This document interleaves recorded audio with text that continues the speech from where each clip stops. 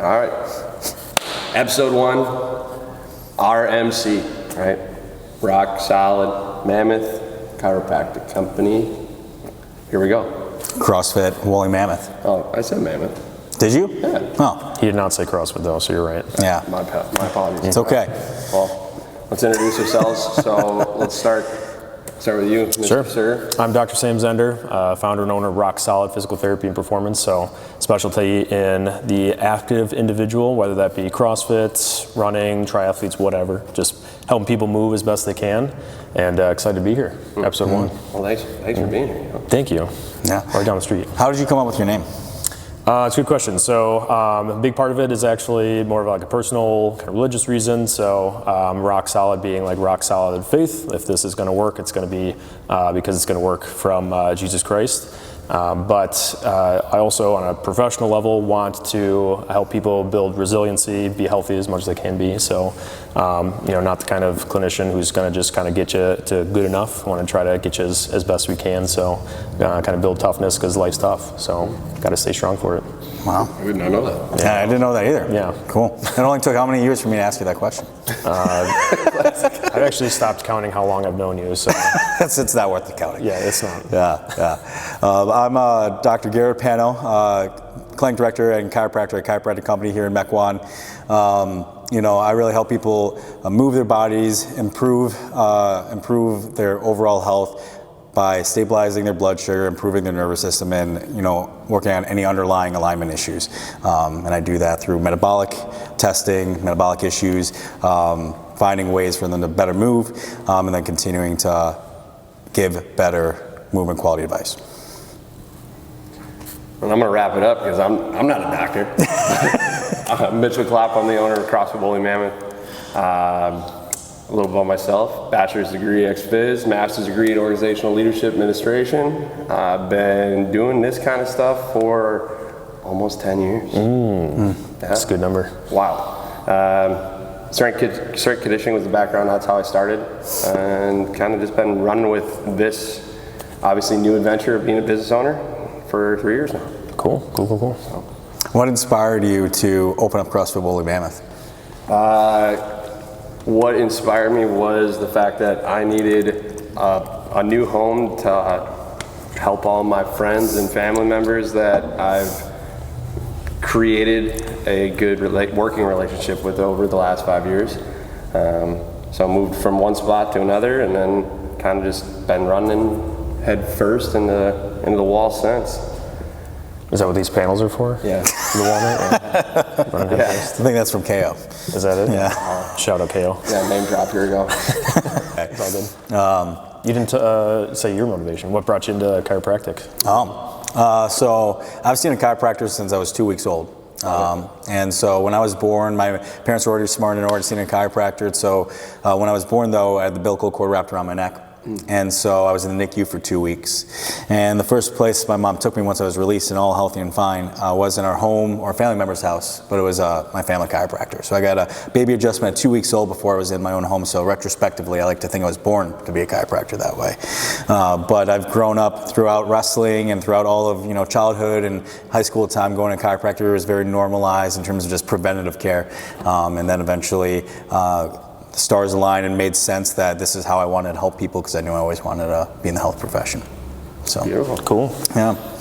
And then along the same lines, though, of like Rock Solid, like why Mammoth? Like I don't think I've actually asked this question to you Okay, either. so fun fact, I had a undergraduate class where we had to make a health club specifically for the area, and went to school here in Mequon, and I was trying to think of like the most iconic things. When you look at a facility, a team, an organization, whatever it might be, you got to have something that's just like, it's a staple. So I was going around and just trying to think of, obviously, Mequon, running through different ideas in my head and animals and, what could possibly be fierce, huge, and just represent something new. And Mammoth was the one that I landed on, and then I ended up drawing out the whole business plan in that class. So when this adventure started, I actually used that business plan from that class that I did my sophomore year, And obviously I refined it a ton, but Fix the spelling errors. Yeah, what was the I'm a overall phonetic grade? speller, so it's okay. So it's not that bad. Me too. But yeah, that's how it got it. Wow. It really just was the luck of the draw, being in Mequon, taking the M from that, finding something that like a logo to build off of it, and then just kept running with it. So. Cool. I think you've done a great job of building a community kind of similar to the Mammoths too, because I think you've mentioned before how like Mammoths were traditionally, right, small groups, but like close type herds, and that's essentially what the gym is too, which is awesome. So, but I also think it's better than your initial draft, the CrossFit minnows, right? If we would have did the minnows, that'd have been loud. Well, I remember because I met you before you opened this place, and I remember you were like thinking about names, and we wanted to. I think the name, the bakery. Was The bakery floated, was definitely floated on around. there for an opportunity as like, hey, this could be a thing. Because it was funny. It's like, what are we doing? Well, we're baking cakes. That's I like what it. we're doing. Baking cakes. Growing the buns. Growing the buds. Hey, could you imagine that? Just like people walking around with sticky buns on their shirts? Like, CrossFit sticky buns. Gluten-free, of course. gluten-free. Yeah, we Yeah. could make anything down the line just fit perfect. That's awesome. So what do you got coming down the pipe here, Murph, right? Yeah, A couple weeks? Coming up. Couple weeks. Yeah. Woof. Gonna be a battle, but it's worth it. It's not about the workout itself. It's about who we're doing it for and what we're remembering. It's a big part. How many times have you done Murph? I want to say maybe 4 at this point. Okay. 4. I've known you for 5 years, so 4 sounds correct. I think so too. Yeah. Yeah. Oh yeah. This will be my 3rd time, 3rd. so looking forward to it. Are you gonna vest up this year? Well, I'm hoping so. I was just talking to Garrett here about training. Obviously, schedule-wise, things have been dynamic, so I'll try and get a couple pull-ups in before 10 days before the event. Just don't See what happens. Hey, we're not trying to have anybody go to the hospital. That's the number one goal. Stay this out of the year, is hospital, making sure everybody is safe. Yeah. One with the event itself, you know, since doing it with you, Mitch, and just at the gym, I see veterans at my office, and I'm a contractor through the VA, and you know, obviously Veterans Day is different than Memorial Day, but definitely doing the Murph at a CrossFit gym has given me a different perspective and been very meditative. I think about the veterans that I know, both in my office as well as that just personally know, and obviously again it's different than Veterans Day, but that type of meditative practice for those who have sacrificed everything for this country, and whether that means, I mean, politics aside, and you know, whether the country and what you think about the state of the union, it doesn't matter. I mean, when people sacrifice and have died for the country, and it makes it a very honoring process to do that workout on that weekend every single year, and I've really valued doing that. Yeah. Me too. I've done it. This will be what? 8 times? This will be my 8th. Because there was 2 years where Memorial Day weekend I was in Arizona for family weddings. 2 back-to-back years. So I didn't do it. There was a couple times where I was like, maybe I'll drop in and see how it goes. But no, that didn't happen. You're with family and having fun, and don't get to see them very often. So that just went way left. Sure. It's like, I'm not going. Right. No, it's always a cool event though. Like you said, Garrett, it's just the fact that the whole fitness community, I mean, this started in CrossFit obviously, but it's grown to much more beyond that. Is you know, very aware of the sacrifices you talked about, but for us to take a small glimpse of some of that suffering into, you know, a couple push-ups, pull-ups, and runs, and squats, is but it's a cool way. It's a fun community for sure, and fun way to push yourselves. Okay, so obviously we're running the event at the gym here. What are you going to be doing after you get done doing Murph for yourself? Sure, you're saying like day of? Yeah, day of. Right after? Okay.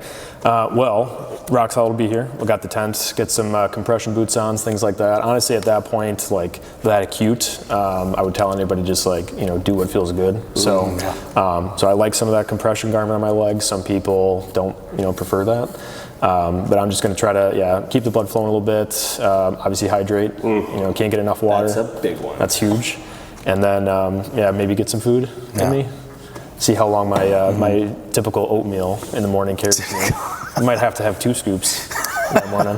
2 scoops? 2 scoops of oatmeal, I think post Murph hydration for sure, and before it, and I'll be hanging out here, not doing anything special with the office, but just hanging out.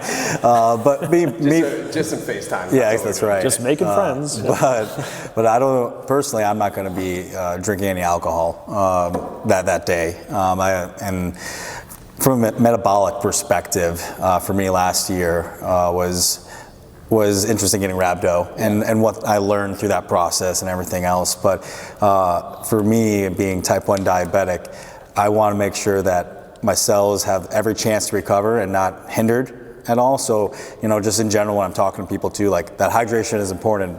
Alcohol will not hydrate you. And it's funny. It doesn't count? You gotta hydrate before you dehydrate. Yeah, that's right. Well, you're already in a depleted position, so Correct. you're probably not supposed to do that. So I'll enjoy burgers, whatever we're grilling out here, and not be consuming any alcohol personally. Not to say it's a bad thing. No one should do that, do what you want kind of thing. But at the same time, hydration is like my number one focus and just keeping metabolically healthy the whole time.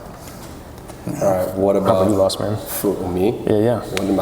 How am I doing? I'm gonna probably lose my voice. That's the first thing that's probably gonna happen. Because I'll be maestroing everything and running through all the heats. And then last year I had an individual volunteer to be on the grill, so we'll see if I have to do that as well, because they will not be here. Busy man. Yeah. Got this chef's apron out? I should go get one. Yeah. That'd be pretty cool. Yeah. As a coach, doing that event and running, like being a business owner, right, and running the gym and doing the event simultaneously, how does your mind split? Do you feel like you're are you able to be present during the actual workout, or are you just still in business, like leadership mode? I would say, so I'll try to go towards the back end of the heats just so that I can make sure everything's running smoothly. And then after that, hopefully the staff is done. And then I'll move into kind of going from that coach mindset, the owner mindset, where it's just maestro, to, all right, just shut up, put your head down, do your best, and don't worry about how it's going to feel. Just go into the pain cave. That's a big one. Got to do it. Got some mental grind. It is. And it's so simple, right? Like this workout, a mile run to start, a mile run to finish. That first run is just like an absolute, let's throw the bait in the water and see who's going to jump in. But the 100 pull-ups, 200 push-ups, 300 air squats, what do you think is the worst out of those three? Push-ups. Push-ups? For sure. For me, for sure. I guess it depends how you look at it, because push-ups, I think I spent like 25 minutes on last year. It's rough. 15 of those minutes was just me staring at the ground, resting. So that like time-wise sucks, but the pull-ups, it's like, you have to get all the way up there, obviously, too. So like the effort going through each rep feels like more, and push-ups you can kind of grind out. So, you think pull-ups, really? I would say push-ups for sure. I mean, the advantages of pull-ups are, they're first. You're still somewhat fresh. Yeah. So I always kind of joke about it. It's like, let's see if we can flip the push-ups and the pull-ups and go 200 pull-ups, see how that would feel. And the only reason why I say that is because one, the push-ups are miserable, and you're literally staring at the ground for 20 minutes, like you said. But if you were to flip-flop those, I think that as in anything that we do push-pull related, I'm so much stronger pulling than I am pushing. So I think that in that aspect, like, it wouldn't destroy me like the push-ups do. But that's me. I also know the next day or 2 days later, maybe the pull-ups are gonna keep my arm to here. So the first year I ever did it, the first year I did it unpartitioned, so the real body armor way. I remember walking into class. So the next day, and I walked in, I'm like this. Yeah. And I go to the coach, I'm like, yo, I can't extend my arms. What am I supposed to do here? And then I got introduced into flossing. So that voodoo floss, lifesaver. That's a big thing to do on the elbows post-Murph. So that actually would be one thing that I'll do. Last year, my elbows were stuck in flexion as well, and so much so that walking around my office, I literally just had to act like I was walking around with my hands on my hip the whole time. Otherwise, it just... Why are you so stern? Dude. I had I remember grocery shopping, and I couldn't, I had a 20-pound bag. Maybe that wasn't groceries. Maybe it was a duffel bag, whatever. But literally, a 20-pound weight could not extend my elbow. It was just purely locked. I know people, if you're watching, you haven't done Murph, you think this is like exaggerating. It's not. Yeah. Like that's. But it's also not what something happens. to be afraid of. That's Yeah. a big thing. Yeah, that's true. Well, that's what, like, you know, the RX, right? That means prescription. You know, that's, you know, and you as a CrossFit coach, you can go into this more, but, you know, a prescription, like any other medicine, is prescribed to you if you can tolerate it, right? You know, the only difference between a prescription and a drug is the dosage. And exactly, that's the point of it. Right. So we have a prescription written as the workout. Right. We have a baseline for maybe the weight, but it changes per person. So you doing it RX doesn't mean necessarily, hey, I'm going to throw 20 pounds on my back and then do the entire thing. Right. It might, for the day, based on how you're feeling, it might be different. And that's the point of it. Scaling it back is important. No different than, like you said, the dosage is going to be different for my ADHD versus yours. And it's just kind of how it goes. And, you know, that being present enough to understand, like, what have I done to prepare? Like, if you haven't done a pull-up in 14 days, It's been longer.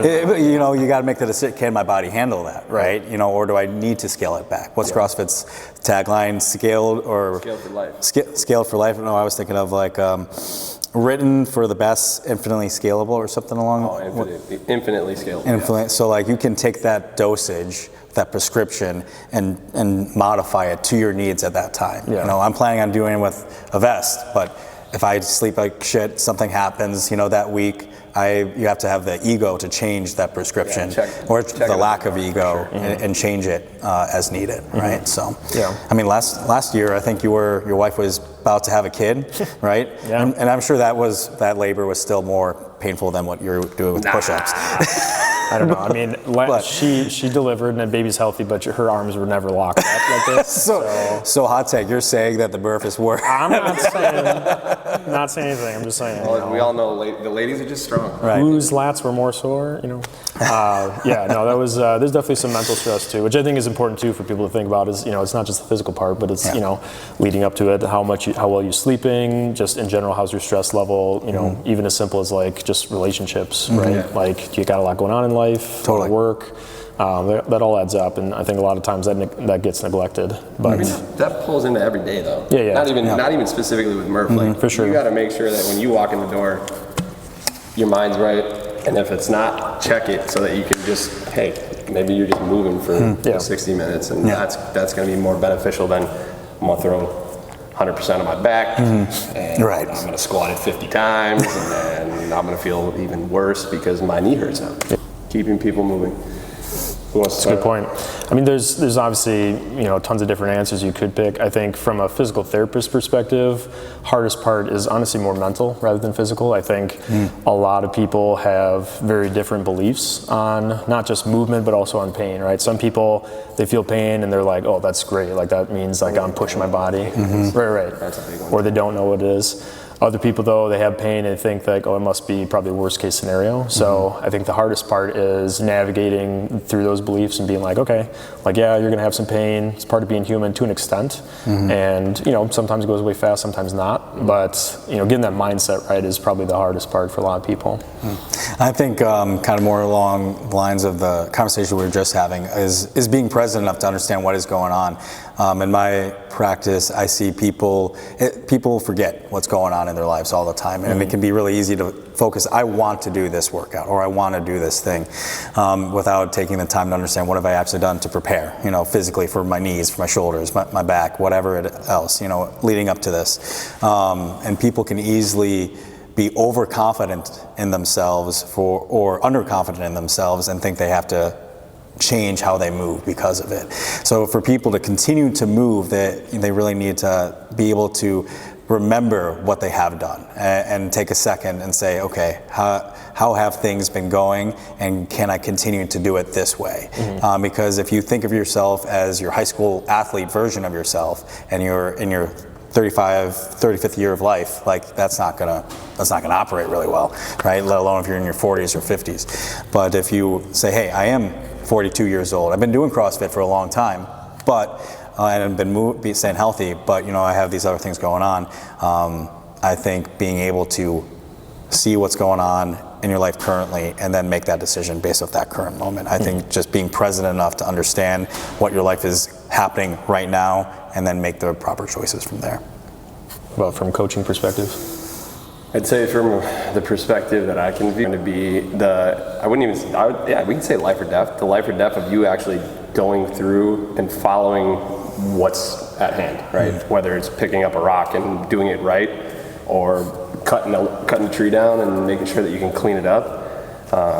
It all starts from just the willingness to try. It's like, all right, you see it there, go attempt it. If you don't know what the heck you're getting into, take a step back, listen to a coach or listen to somebody else that's going to give you the insight to move better, and then see what unravels. That's what I think. I think the willingness to try too is probably, that's interesting you said that. I almost like undervalue that thought. I'm glad you brought that up, because I've seen videos of people like being scared to do a box jump. Yeah. And like, to me, like personally, that's like a 0 factor thing. But to somebody else, the willingness to try, they probably have all the capability to do something like that, but they just are scared to do it. Kicking up on a wall, dude. I mean, what, a day-to-day life, right? We preach functionality. So walking across the street, whether that be you stepping off the curb or you jumping up the curb or jumping out of the way, laterally, sideways, backwards, forwards, because a car's coming that way or something came off of a trailer, like, hey, move. That's all it is, just move. I think that's the muscle that a lot of times we forget is being flexed in the gym. You know, whether it's here or anywhere else, is the mental one, right? Is that willingness to say, you know, I'm going to push myself, you know, differently. So my background being more just pure Olympic weightlifting, you can imagine didn't have a whole lot of cardio, considering, you know, I could take 10 minutes between sets. And so initially when you start doing this kind of thing, or, you know, any exercise you're not used to, it's like, man, like, do I really want to do this? Or, you know, how can I really do this? But then you start to get used to, okay, these are the benefits, and now you feel more confident in life and confident in doing things, and it's because of, you know, how, like, in the gym, you get to practice that every day.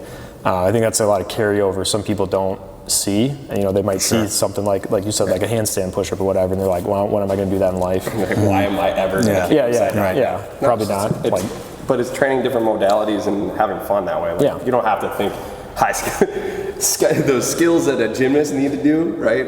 And then we're over here at the minimal level of just, hey, try one. Right.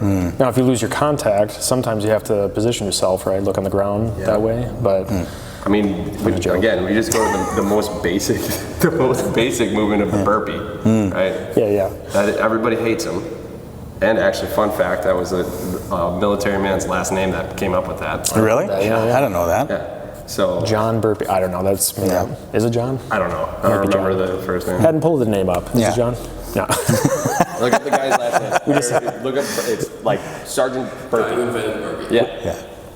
We got to use our media guys sometime. But like, going back to what I was trying to say, you know, people hate it, but as we age, you got to be able to push yourself off the floor, because then it gives you independence, and that's the biggest thing. It's like, I don't want somebody to come over and have to help me wipe my butt. Like, I want to be able to do it myself. I want to be able to get off. Royal Hudson Burpee Senior. Oh, I was close. John was close. Yeah. I like that he's a Royal Hudson. What country do we know? What army? Columbia, USA, Columbia University. Columbia. Oh, okay. Very nice. Thank you, Royal. Yeah, of course. Doing those things that are hard, though, like what you were saying, Sam, I mean, that's to me the most benefit of CrossFit, at least right now. You know, as we're doing these things and as we age and as people age, being able to wipe your own ass, like, that's very important. Like, squat down into a toilet, deadlifts are safe, all those reasons, different conversations. But like, doing the hard thing, if you can figure a way to push yourself just one more while doing burpees in a class, sending that email is fucking cake. You know, like the social anxieties of certain life aspects or things that are important to push you forward, but submitting that document, sending that email, having that conversation with that family member, or having that conversation with a client becomes so much easier, because you've practiced doing the hard thing and finding a way to push through it, and not giving into that fear, or giving into that temptation to want to feel safe and be safe. To me, that's why I fell in love with CrossFit and doing things at the gym, is for that reason, that factor. Yeah. Yeah, I mean, I literally have like a direct correlation too, because my daughter, when she was about 18 months, she wanted me to start swinging her, and after like 3-4 reps, I'm like, oh my gosh, I'm gonna pass out. And literally, it's a kettlebell swing, and so now I can play with her longer, and it's like all this independence in life that you wouldn't have had if you don't just like try to do hard things. Which is crazy too, because you don't think that like, you're young. You're a young father. And hearing somebody say that at your age compared to your grandparents, that's what people usually hear about, right? Like, I can't play with you. Sorry, I need to chill out. I need to have a drink of water and sit down for 45 minutes. Daddy's going to go throw up in the corner here because he's passing out. Yeah. So no, it's huge though. That was cool. On the whiteboard someday you should translate all the movements to like equivalent of playing with your kids. Like 100 child swings and like it's a kettlebell swing. 100 throw them up in the air. The pink ones are what, like a 7-month-old? Just wall balls, which is the equivalent of wall balls. Or you can do, what else? What's another one? Like a sled push, right? Or do underdog. Oh, sure. Swing. That works, Right. I thought you were going to do like man makers here. Like, that would be terrible. That might be the worst movement of all. That'd be a tough one. What would the man maker equivalent to be? Like a functional thing? Well, just like playing with your kid. Since we're like heading towards the end, with the March coming up, do you want to talk a bit about scaling for somebody, let's just say, who is new to it, and then also injury prevention while you're in the middle of the race? For sure. I mean, so starting out, obviously, depending on where you're doing it, the biggest thing is know what you're getting into. So scaling back the run if need be, that'd be the biggest. Dropping to your knees for the push-ups. Scaling the pull-up to ring rows or TRX rows or whatever you got, or even inverted pull-ups, right? So putting a bar at a lower point and pulling to your chest, that's a good one. Squats, I'm sorry, but I think everybody should be able to do the squats. You gotta get the flexion. Everybody gets to the toilet, right? You gotta, and unless your toilet is got those high risers, a quarter of a squat, like hey. That's a giant right there. Yeah. So I think scaling, and from my perspective, is the volume, right? You got to think about it that way too. Not just like, can I do the movement standard, but can I handle 200 push-ups of just a regular push-up, or is from my knees, is that the volume that I can handle? Or if I can't, what's the equivalent? Like, what is the volume that I can handle? You can partition it, right, depending on your space that you're in and where you're doing it. That will dramatically change the volume and how your body handles that from a metabolic perspective. I mean, the shack on the body, partitioning versus unpartitioned, is completely different. You can definitely, when you hear people that are crazy and they do multiple MRFs in a month, or they do it every day for a year, like there's a gentleman that's done it over 75 days already, like crazy.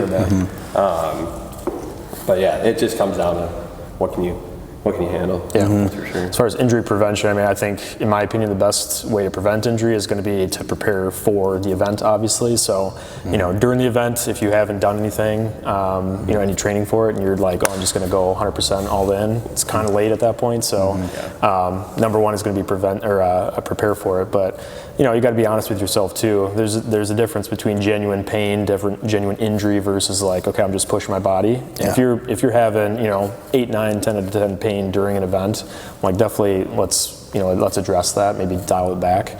But if it's just you're working hard, then keep pushing. For sure. All right. So see you next time on the RMC show. Thanks for tuning in.